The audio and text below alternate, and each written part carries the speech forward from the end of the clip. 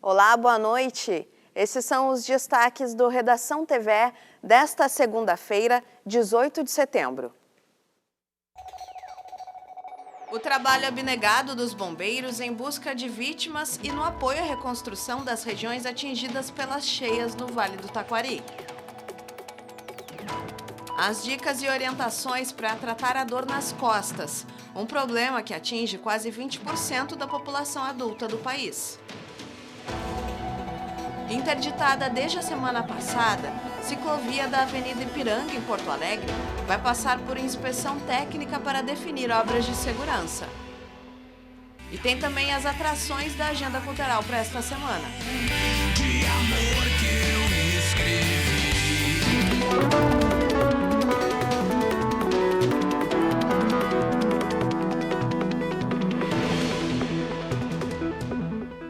A gente começa falando sobre os estragos causados pelas fortes chuvas aqui em Porto Alegre. A ciclovia da Avenida Ipiranga, que vai da Borges de Medeiros até Antônio de Carvalho, segue interditada. Depois que o talude cedeu em pelo menos 4 pontos no Arroio Dilúvio, a Prefeitura optou pelo bloqueio. Demais secretarias de obras e mobilidade devem trabalhar nos próximos dias com uma empresa que fará a análise das condições da ciclovia. A extensão da ciclovia da Ipiranga é de quase 10 quilômetros. E mesmo com os pontos em que há bloqueio visível em um dia chuvoso, teve ciclista se arriscando por ali. Eu tenho que sair em alguns pontos da ciclovia, onde eu sei que tem desmoronamento, eu não nem consigo, né? E aí eu não vou. Mas assim, e aí eu tenho que sair para a rua, entrar na calçada, que é cheia de buraco. Então, assim, a gente tem mais perigo de um tombo também, né? Lúcia insistiu, mas a Prefeitura reforça a recomendação de usar a calçada, ou vias como Marcílio Dias, Princesa Isabel, São Manuel e Felipe de Oliveira. O primeiro ponto interditado, em julho, fica em frente ao Planetário, o último nas proximidades da PUC, onde a pista cedeu por causa das chuvas volumosas do início do mês. Fizemos uma análise preliminar e vimos que há vários pontos que há rachaduras longitudinais, são as rachaduras que podem comprometer, né, a estrutura da ciclovia. Então, nós optamos por fazer a interdição para a segurança do ciclista, principalmente, mas do pedestre que também utiliza. De acordo com o secretário de Mobilidade, o Executivo criou uma força-tarefa com técnicos para vistoriar a ciclovia. Além disso, deve contratar esta semana uma empresa geotécnica para analisar as condições de forma mais aprofundada. Um trabalho que deve seguir até o final do ano. Se tem risco, não tem, se tem, quais os riscos que tem, tem como liberar algum trecho. Isso é o que a gente está hoje trabalhando. Como urgência é a liberação de algum trecho que apresente estabilidade, nenhum risco para a segurança dos usuários. A recuperação ela vai acontecer, nós vamos recuperá-la, os pontos todos que desabaram, tá? Sem problema nenhum. Mas nós trabalhamos também para a motivação desses desabamentos, tá? E também trabalhamos com a ideia de ter uma nova proposta para a construção dos taludes, né, no futuro. E o mau tempo ele segue trazendo prejuízos para os gaúchos. No sul do estado, em Rio Grande, devido ao aumento do nível da Lagoa dos Patos, várias regiões da cidade já estão com inundações. E a Defesa Civil alerta para o risco de alagamentos em todos os bairros. A população pode buscar abrigo no ginásio do Lemos Júnior, no Esporte Clube Santo Antônio e no Salão Paroquial da Vila da Quinta. Já aqui na capital, o alerta é para as comunidades ribeirinhas. Na Ilha da Pintado, Guaíba voltou a atingir nessa manhã a cota de inundação, o que pode afetar as famílias que moram no bairro Arquipélago e na Zona Sul. A orientação da Defesa Civil é que a população residente busque abrigos temporários por conta da sequência de chuvas previstas para os próximos dias, que podem agravar as cheias. Nós vamos conferir agora no mapa da previsão como vai ficar o tempo nesta terça-feira.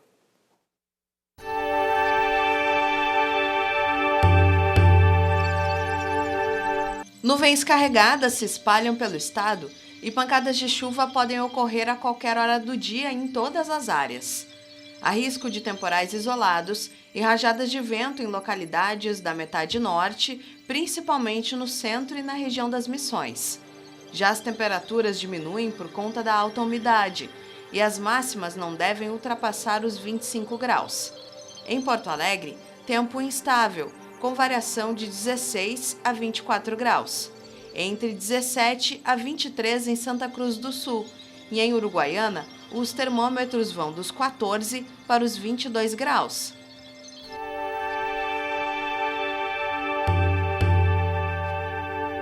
Agora a gente fala de saúde, mais especificamente de dor nas costas, um dos incômodos mais comuns em todo o mundo e em todas as idades. Mas a boa notícia é que a atividade física ela pode ajudar a reverter esse quadro. Neste estúdio de Pilates, as dores na coluna são a reclamação mais comum. A maior procura do estúdio realmente são dores na coluna. Eu diria que dor lombar é o carro-chefe e as dores cervicais, muito em função de dores do trabalho, bem laborais mesmo. É uma dor que acomete ou vai acometer 8 a cada 10 pessoas no mundo, conforme estimativa feita pela Organização Mundial da Saúde. Aqui no Brasil, dados do IBGE e do Ministério da Saúde apontam que 27 milhões de adultos sofrem com dores na coluna, o que corresponde a quase 20% da população nacional. A Terezinha também faz parte dessa estatística, mas conseguiu aliviar o desconforto com a atividade física. Há 16 anos, ela aderiu ao Pilates e comemora ótimos resultados. Fortalecimento da coluna, eu sinto mais forte, por exemplo, a minha coluna cervical, já não sinto quase dor. Antes eu sentia muita dor, chegava a dar enxaqueca por causa do problema da cervical. O Pilates em si, por trabalhar alongamento, fortalecimento, redução de estresse, por que não, acaba contribuindo e muito nesse combate às dores. Principalmente na questão de mobilidade, do próprio realinhamento da postura. Mesmo quem tem problemas prévios, como hérnias na coluna, pode fazer Pilates adaptando o tipo de exercício. Muitos começam a atividade justamente por orientação médica. E tem aluno de todas as idades, mas por motivos diferentes. Entre os mais jovens, o fisioterapeuta observa que a tecnologia está por trás de muitos problemas. Hoje em dia, com celulares, tablets e computadores, influenciam muito na questão da coluna cervical. Interiorização da cabeça, rigidez, tensão. E nas pessoas mais velhas, em função mesmo de hipomobilidade, de desgaste da coluna, da própria atividade laboral durante a vida ativa que teve. Então, as duas coisas se complementam. Para prevenir, a dica é alongar, cuidar a postura, evitar ficar muito tempo na mesma posição e, claro, fugir do sedentarismo. A Terezinha admite que o Pilates não foi um amor à primeira vista.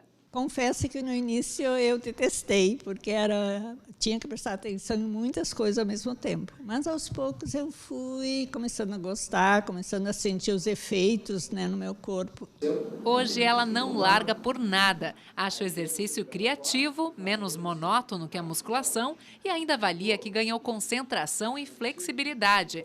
Estaria aí a chave para tanta vitalidade às vésperas de completar 80 anos? Olha, quanto mais idosa a pessoa é, mais ela precisa fazer Pilates, porque ela melhora muito a qualidade de vida e eu acredito que ela prolonga também a vida da gente. Eu acredito nisso. E de acordo com a Organização Mundial da Saúde, as dores na coluna vão atingir 80% da população. E aqui no Brasil, o problema ele afeta 27 milhões de adultos. Como nós acompanhamos na reportagem, entre os idosos essa condição pode comprometer ainda mais a qualidade de vida. E para a gente entender o que dá para fazer para amenizar e para combater as dores, a gente fala agora com o profissional de educação física, Diônio Roque Cotes, que está comigo aqui no estúdio. Professor, começando assim, por esse cenário assim, de quem é idoso e daqui a pouco nunca fez atividade física com regularidade. ainda vai ter os benefícios de quem já fazia ao longo da vida? Como é que é esse impacto da atividade física mesmo para quem só acaba recorrendo a ela quando já está precisando muito? Bem-vindo aqui ao Redação TVE. Boa noite para você e todos os telespectadores. Atividade física faz bem em qualquer idade. Tendo menos de 120 anos, pode começar, não tem problema nenhum. E se tiver a sorte de chegar até 120, claro, né? Daí... a atividade física trabalha para que a gente possa chegar numa idade avançada, cada um na sua condição ou na sua idade, mas que a gente tenha uma qualidade de vida, que nem essa senhora referiu nessa entrevista. O importante é a gente ter qualidade de vida e melhorar, ter bem-estar, eu ter o mínimo de autonomia para que eu possa fazer tudo aquilo que eu quero dentro da minha idade, dentro das minhas condições, mas é super importante. Eu, como trabalho há mais de 40 anos com pessoas de idade, a gente vê que o aspecto mais importante para essas pessoas, principalmente quando vão indo para uma finitude, todos nós vamos, a questão da autonomia mínima que seja, ela é crucial.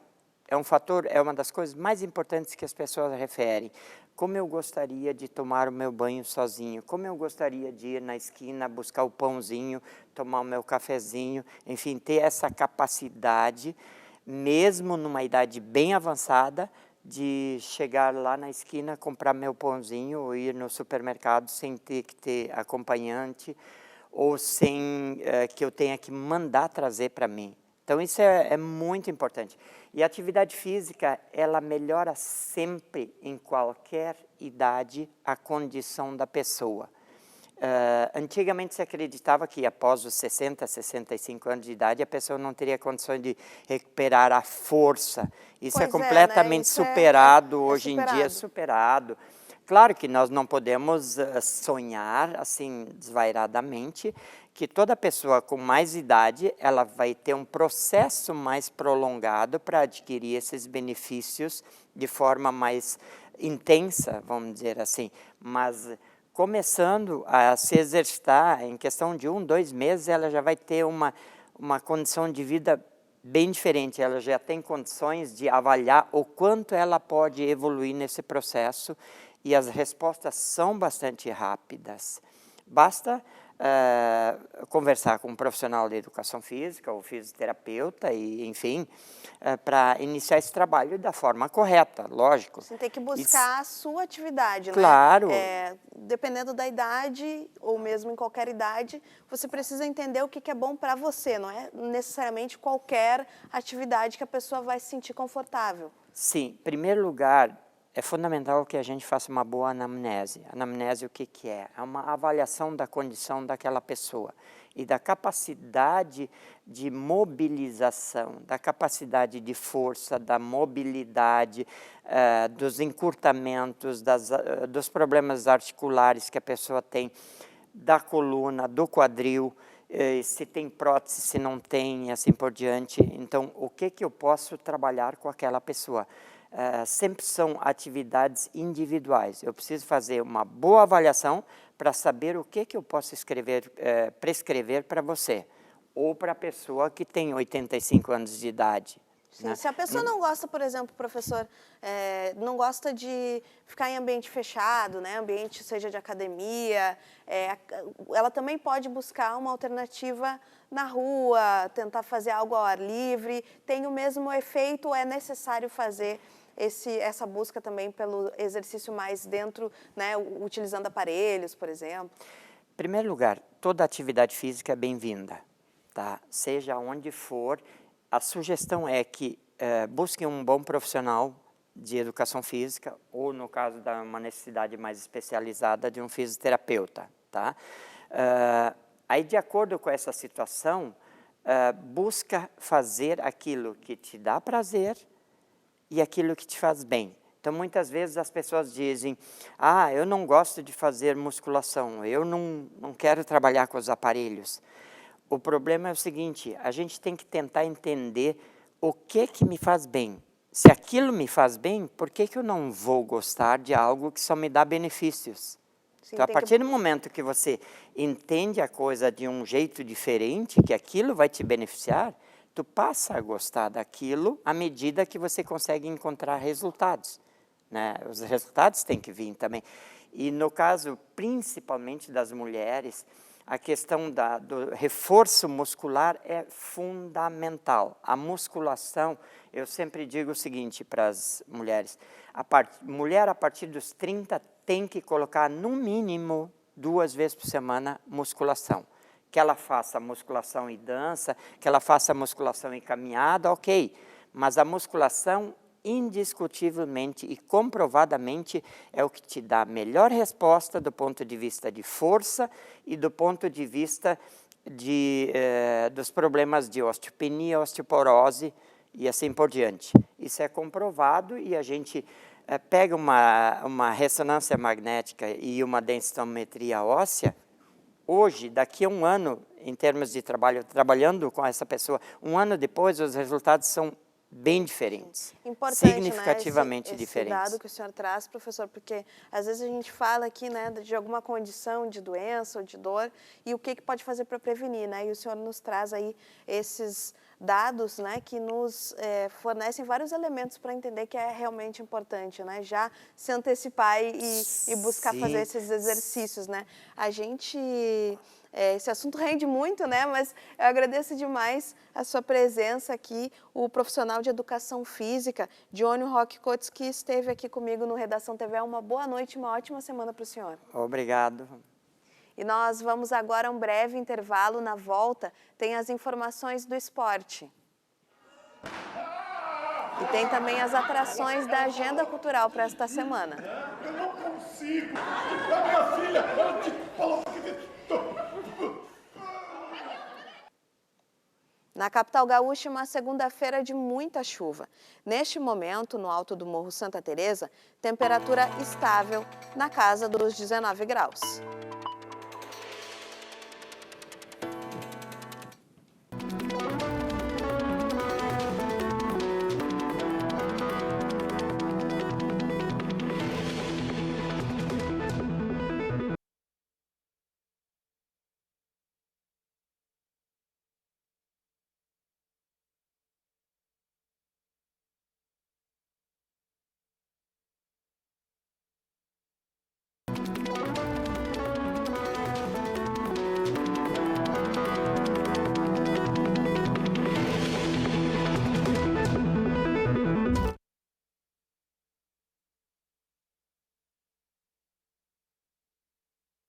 Bueno, gente, 20 de setembro, Revolução Farroupilha, Dia do Gaúcho.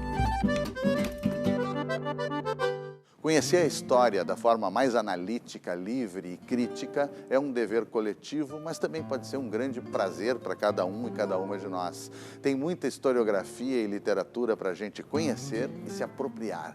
E é sempre saudável questionar, por exemplo, quem eram aquelas elites que deflagraram o conflito? O que havia de inovador e de vanguardista nas ideias dos farroupilhas? Qual foi o papel dos negros, dos indígenas, das mulheres, dos gaúchos pobres que participaram do conflito? Que resultados teve aquela guerra de 10 anos? Como, desde lá, ela vem sendo contada e utilizada no Estado?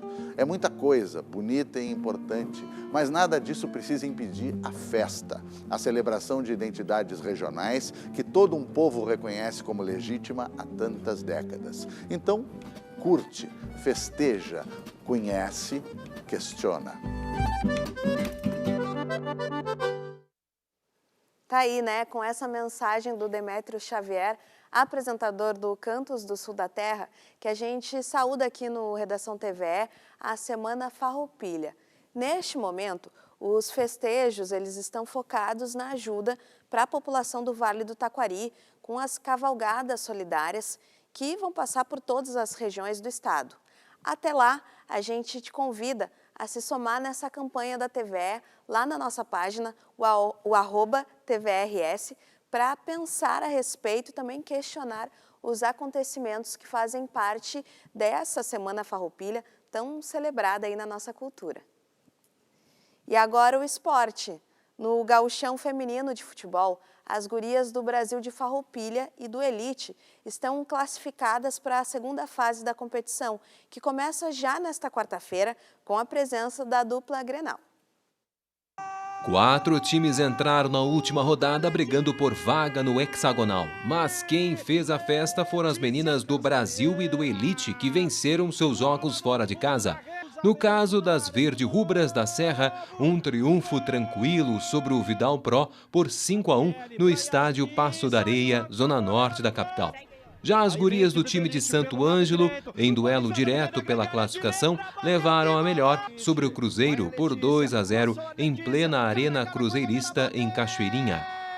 Classificadas com antecipação, Juventude e Flamengo de São Pedro golearam na última rodada. As gurias do Yucumã fizeram 5-0 na visita ao Futebol com Vida. Já as Esmeraldas aplicaram 16-0 no Guarani de Bagé. A atacante Thalita marcou mais 6, elevando a conta pessoal para 17 gols durante a primeira fase do campeonato. O jogo no campo da Frasli, em Caxias do Sul, foi interrompido aos 25 minutos do segundo tempo, quando as visitantes ficaram com apenas 6 jogadoras em campo. A equipe da campanha começou a partida com 9 atletas e uma goleira improvisada, mas 3 delas apresentaram problemas físicos durante o duelo. O resultado da partida ainda não foi homologado pela Federação Gaúcha de Futebol. O Juventude terminou a primeira fase com 100% de aproveitamento, 49 gols marcados e 3 sofridos. O hexagonal da segunda fase, já com Grêmio e Inter em campo, começa nesta quarta-feira, feriado de 20 de setembro, com os seguintes confrontos: Grêmio contra Flamengo de São Pedro, Inter versus Brasil, enquanto o Juventude encara o Elite. E o final de semana ele foi de definição dos classificados da primeira fase da Série Ouro da Federação Gaúcha de Futsal. Passaram para as quartas de final do campeonato os 8 melhores times da fase anterior. A líder Iesco aplicou 6-2 no São José de Cachoeira do Sul. A Ser Santiago, vice-líder, também venceu com placar de 1-0 sobre o Paulista, gol do Pedrinho. A equipe somou 31 pontos. A terceira colocada, a ABF, também ganhou e fez 5-2 na UFSM. Na disputa do 8º lugar e última vaga para a segunda fase, a Ser Triunfo fez 13-0 na Lanterna VGF e passou para as quartas de final. A Rio-Grandense estava na disputa e triunfou sobre a BGF de Bento Gonçalves por 5-1, mas perdeu a 8ª posição no saldo de gols. Com isso, os classificados para as quartas de final da Série Ouro ficaram definidos: Iesco Cercesa, Ser Santiago, ABF, São José, União Independente, BGF, APF, UFSM e Ser Triunfo. Os jogos da fase de mata-mata estão previstos para acontecer nos dias 7 e 21 de outubro. A HFUC conquistou no domingo o hexacampeonato brasileiro de futebol de cegos. A equipe atuou sem Luan e Ricardinho, 2 de seus principais jogadores, mas mesmo assim eliminou os atuais campeões nas semifinais. A Associação Gaúcha de Futsal para Cegos derrotou a Associação Mato-Grossense de Cegos por 1-0, conquistando a taça da competição realizada em São Paulo. O pivô, Nonato, fez o único gol do jogo. A conquista tem um sabor especial, né? Conta da dificuldade que a gente passou. Perdemos nosso presidente no ano passado. Infelizmente, nesse mesmo ano não conseguimos um título para homenagear ele, mas esse ano conseguimos e com certeza, onde ele estiver, estará muito feliz. Então, foi uma conquista muito especial para a gente.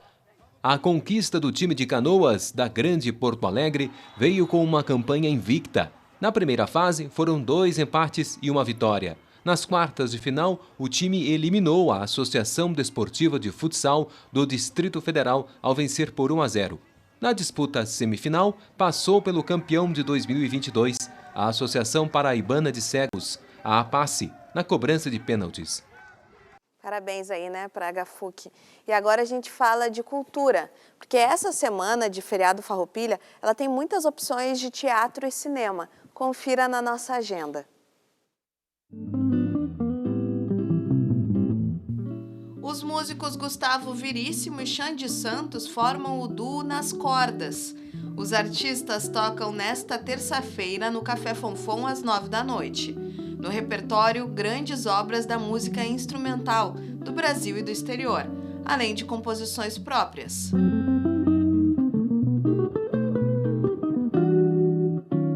No Porto Alegre encena um espetáculo vencedor do Prêmio Ibsen, da Noruega. Trata-se de um reconhecimento da instituição Ibsen Scope. Ela premia, em todo o mundo, pesquisas e produções baseadas na obra do dramaturgo Henrik Ibsen. Instinto poderá ser apreciado pelo público no Teatro Renascença. Também nesta terça-feira às 9 da noite. Teatro e música que proporcionam reflexões. Concebida por Camila Bauer e Liane Venturella, a montagem faz pensar até que ponto humanos e animais se distinguem, principalmente quando líderes obsessivos e extremistas influenciam grande parte da sociedade. O Festival de Rock Gaúcho vai rolar no feriado Farroupilha, quarta-feira, a partir das 4 da tarde. Será no Auditório Araújo Viana. Entre as atrações, as bandas Vera Louca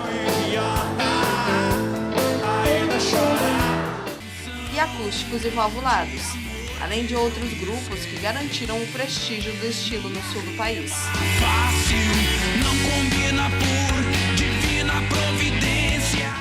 Com entrada gratuita, também na quarta, às 6 da tarde, o Cine Capitólio exibe Vento na Fronteira. O documentário mostra os conflitos pela terra na fronteira do Brasil com o Paraguai, o crescimento do poder político ruralista naquela região e a resistência dos povos indígenas. Um filme das diretoras Marina Vaz e Laura Ferman.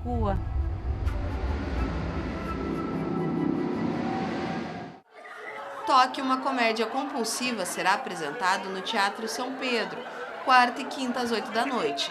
Na história, 4 personagens se encontram na sala de espera do consultório de um famoso psicoterapeuta, compartilham trajetórias e levam a plateia ao riso intenso. Texto de Arthur José Pinto, direção de Lute Pereira. A porta está trancada e a chave não está pro lado de dentro. A gente encerra com a banda Vera Louca. Na sequência, tem as notícias nacionais do Repórter Brasil. Voltamos amanhã às 6h30. Uma boa noite para você e se cuide.